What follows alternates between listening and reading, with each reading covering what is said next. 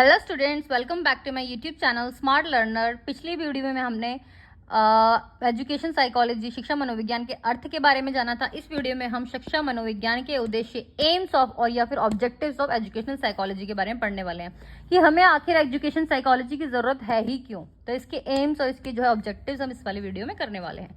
So let's start the session. Skinner 1962 में Skinner ने शिक्षा मनोविज्ञान को परिभाषित करते हुए कहा, क्या कहा? शिक्षा मनोविज्ञान मनोविज्ञान की वह शाखा है जो सीखने और सिखाने की प्रक्रिया का अध्ययन करती है। इन्होंने जो है स्किनर की बहुत इंपॉर्टेंट परिभाषा जो कभी कभी आ जाता है कोर्ट्स में, किसी भी डीएसएसबी एग्जाम में, कोई भी टीचिंग एग्जाम है उसमें आ जाता है। 1962 में इसने ये कहा था कि शिक्षा जो मनोविज्ञान है वो मनोविज्ञान की एक ब्रांच, एक शाखा है जिसमें सीखने और सिखाने, टीचिंग और लर्निंग का जो प्रोसेस है इसका अध्ययन किया जाता है। ठीक है, ये स्किनर का कहना था। नेक्स्ट, इसका सबसे बड़ा उद्देश्य किसका? शिक्षा मनोविज्ञान का सबसे बड़ा उद्देश्य शिक्षार्थियों, शिक्षार्थी मतलब होता है स्टूडेंट्स के व्यक्तित्व का सर्वांगीण विकास करना है, उनके पर्सनालिटी का ओवरऑल डेवलपमेंट करना है, साथ ही मानव प्रकृति को समझने में भी यह सहायक है।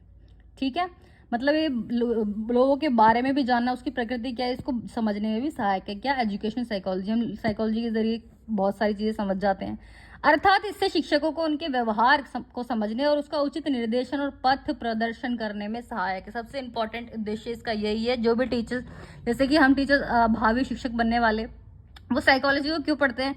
ताकि हम बच्चे की माइंडसेट देख सके, बच्चा क्या है, बच्चे को क्या दिक्कत है, उसकी साइकोलॉजी, उसको हम बच्चे को हम समझ सके आखिर क्या प्रॉब्लम है, ताकि हम उसको ठीक से गाइड कर सके, उसको गाइडेंस दे सके बच्चे को। तो सबसे बड़ा उद्देश्य यही है इसका। नेक्स्ट क्या इसका उद्देश्य देख लेते हैं।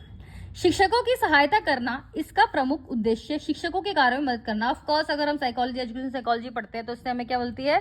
मदद मिलती है बच्चों को समझने में, ताकि हम बच्चे को उसके अकॉर्डिंग ही पढ़ा सके, अपने टीचिंग मेथड्स को चेंज कर सके।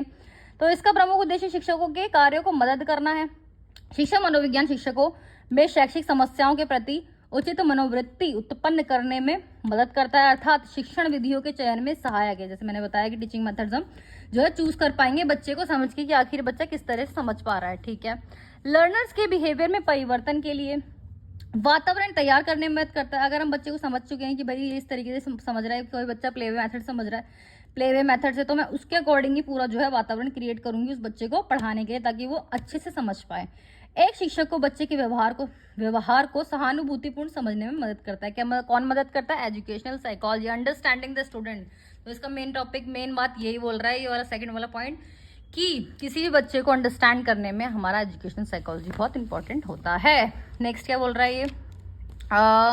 लर्नर्स की समस्याओं व कमजोरियों को समझने और उनमें उपचार संबंधी सिफारिश करने में शिक्षक के लिए जरूरी है। ये एजुकेशन साइकोलॉजी के जरिए हमने स्टूडेंट्स की समस्याओं को समझ पाते हैं और उसका निपटान करने में भी हमें सहायता मिलती है इसके अकॉर्डिंग। ठीक है, शिक्षण सामग्री टीएलएम्स का चयन करने में, उसका संगठन करने में सहायता मिलती है इसके दौरान। इसकी वजह से हमें शिक्षा साइकोलॉजी, एजुकेशन साइकोलॉजी की वजह से। ठीक है, शिक्षकों को अपनी भूमिका निर्वहन में उत्पन्न समस्याओं का समाधान करने में भी, मतलब हम अपना कैसे रोल प्ले कर रहे हैं, कैसे हम इसमें इंप्रूवमेंट कर सकते हैं, इससे भी एजुकेशन साइकोलॉजी हमें मदद करता है।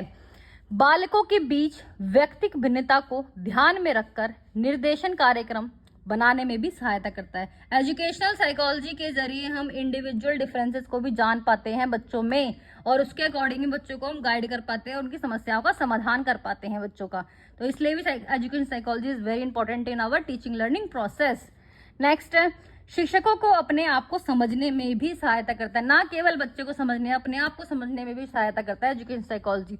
तो it's all about education psychology के उद्देश्य। तो इस वाली वीडियो में हमने शिक्षा मनोविज्ञान के उद्देश्य पढ़े। नेक्स्ट वीडियो में नेक्स्ट टॉपिक लेके आएंगे। Thanks for watching.